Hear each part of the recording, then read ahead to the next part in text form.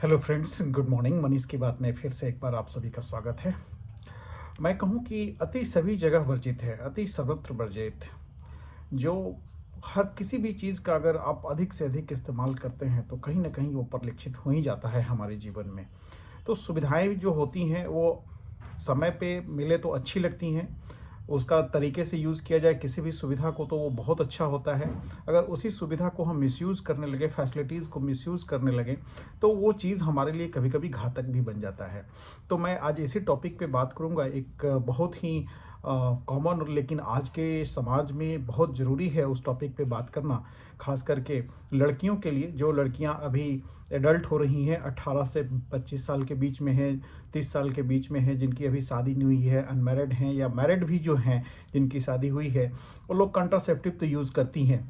लेकिन कंट्रासेप्टिव का यूज़ कैसे करना चाहिए, किस कंट्रासेप्टिव का यूज़ करना चाहिए, ये आपको डॉक्टर से मिलने के बाद ही पता चलेगा। लेकिन जो जनरल कंट्रासेप्टिव अभी मार्केट में सबकी ज़बान पे याद है, सबके मेमोरी में है, उसका नाम है आईपिल और अनवांटेड 72। इसको कहें कि इमरजेंसी पिल के रूप में जाना जाता है। इसका जो निर्माण ही हुआ था कि अगर आप कंट्रासेप्टिव लेना भूल गई हैं, आप अगर अनप्रोटेक्टेड आपने सेक्स किया है, इंटीमेट हुई हैं, तो आप सुबह में उठ के उसको 72 आवर्स के अंदर आप अगर आईपिल या अनवांटेड ले लेती हैं, जिसमें जो मॉलिक्यूल है लेवोनॉर्जेस्टेरॉल, उस वो एक हार्मोन है, उसको लेने के बाद आप प्रेगनेंसी से बच सकती हैं। 100% मतलब उसकी जो इफेक्टिवनेस तभी तक करती है कि जितना जल्दी आप उसको ले सकें। कहा जाता है कि 72 आवर्स के अंदर अगर आप उसको ले लेती हैं तो आप प्रेगनेंसी से बच जाएंगी। लेकिन लेवोनॉर्जेस्ट्रॉल का जो साइड इफेक्ट होता है ना, वो बहुत ही खराब होता है। एक्चुअली वो पहले काम कैसे करता है इसको जान लेते हैं। वो क्या करता है कि हमें हमारे ओव्यूलेशन को वो थोड़ा डिले कर देता है, वो फर्टिलाइजेशन को प्रिवेंट कर देता है तो टाइम बिंग के लिए। तो जब फर्टिलाइजेशन ही नहीं होगा तो प्रेगनेंसी नहीं होगी। लेकिन उसके साइड इफेक्ट हमारे बॉडी में बहुत पाए जाते हैं, खास करके लड़कियां जब उसको लेती हैं। जो लड़कियां जो एज कम होता है, जिनकी 18 से जो कम उम्र की लड़कियां अगर उसको लेना शुरू करती हैं तो तो उनको हैवी ब्लीडिंग होने शुरू हो जाती है। उनके जो मेंस्ट्रुएशन साइकिल है, मेंस्ट्रुअल साइकिल है, वो डिस्टर्ब हो जाता है। महीने में 2-3 बार उनको साइकिल आना शुरू हो जाता है।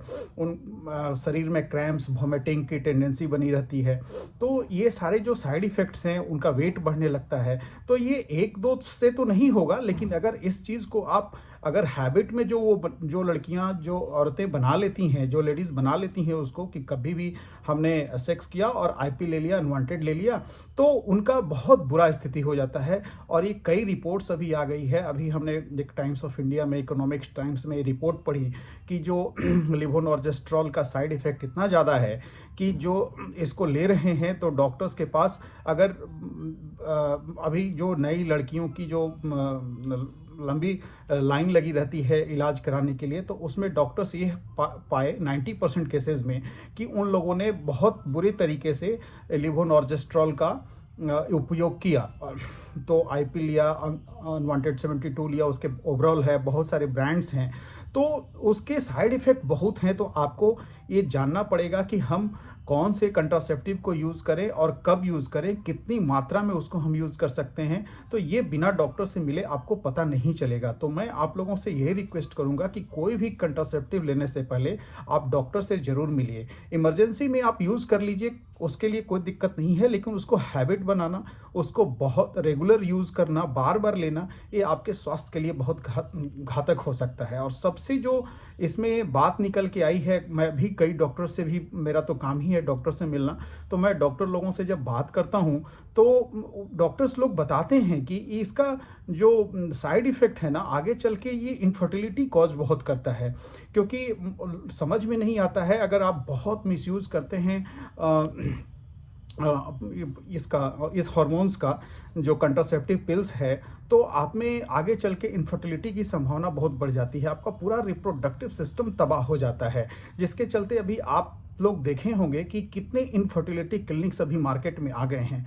पीसीओएस का बड़ा बीमारी बढ़ रहा है, इनफर्टिलिटी का बीमारी बढ़ रहा है, लड़कियां मां नहीं बन पा रही हैं। तो हम क्या कर रहे हैं, हम आधुनिक समाज में आधुनिक बनने के चक्कर में कहीं हम अपने मातृत्व के सुख से तो वंचित नहीं अपने को कर रहे हैं। तो कोई भी चीज़ करने से पहले मैं यही रिक्वेस्ट करूंगा अपनी बहन लोगों को, जो लोग अपने को बहुत मॉडर्न समझती हैं, कोई भी चीज़ अगर आप लोग देखें, अभी तो मैं कई बार इस चीज़ों को देखा हूँ अपनी आंखों के सामने से कि किसी अच्छे मेडिकल स्टोर पे आप खड़ा हो जाइए 1 घंटा 1.5 घंटा, उसमें उस समय उस पीरियड में 2-3 लड़कियां आईपीएल अनवांटेड 72 मांगने आ ही जाएंगी। तो इस तरीके की इसकी बिक्री बढ़ी हुई है। हमें तो कई ऑर्गेनाइजेशंस अभी गवर्नमेंट से डिमांड कर रहे हैं कि ये सारे जो कंट्रासेप्टिव पिल्स हैं, इनको आप प्रिस्क्रिप्शन पे ही इसको दिया जाए, बिना प्रिस्क्रिप्शन इसकी बिक्री को रोक दिया जाए, इसके सेल को रोक दिया जाए, सो दैट कि इसका मिसयूज़ ना हो। तो ये एक बहुत बड़ी मूव होगी गवर्नमेंट के लिए, क्योंकि जानकारी ही बचाव है। अगर हम इस वीडियो से ये जानकारी देना चाहते हैं उन लड़कियों को जो धड़ल्ले से ये सारे पिल्स यूज़ करती हैं, प्लीज़ उसको यूज़ करने से पहले अपने डॉक्टर से मिलिए। डॉक्टर जो आपको रेकमेंड करते हैं उसी पिल्स को लीजिए, वही आपके लिए ठीक होगा। ये नहीं कि आप क्षणिक सुख के लिए अपने आगे के जो मातृत्व जो माँ बनने की जो कैपेसिटी है, जो क्षमता है, उसको आप अवरोधित कर रही हैं, उससे आप कहीं अपने आप को वंचित कर रही हैं। तो ये बहुत ज़रूरी है कि आप इसको जानें। जानकारी ही बचाव है। अगर आप जानेंगे, अब ये हमारी सोशल मीडिया और हमारे जो टीवी पे जो आजकल एड्स आ रहे हैं कि कुछ भी हो, कोई जड़ने की बात नहीं है, तुरंत उस आईपीएल को ले लेना है, अनवांटेड 72 को लेना है, लिवोनॉर्जेस्ट्रॉल को ले लेना है। लेकिन बाकी कंट्रासेप्टिव कौन कौन से हैं अगर मैं पूछूं तो लोगों को पता भी नहीं होगा कि कितने तरह के कंट्रासेप्टिव मार्केट्स में, एथनाइल एस्ट्राडियोल है, साइप्रोटेरॉन है, बहुत सारी कंट्रासेप्टिव पिल्स आती हैं जो हर को सूट भी नहीं करती हैं। आपके डॉक्टर ही बताएंगे कि किस कंट्रासेप्टिव को आपको लेनी चाहिए और कितना दिन तक लेना चाहिए और कैसे उसको यूज़ करना है। तो मेरा आप सबसे यही रिक्वेस्ट है, खास करके मेरी बहनों से, कि आप अपने यूथनेस को ऐसे बर्बाद नहीं कीजिए। आप सब कुछ कीजिए लेकिन होशो हवास में कीजिए, जोश में होश खोने की ज़रूरत नहीं है।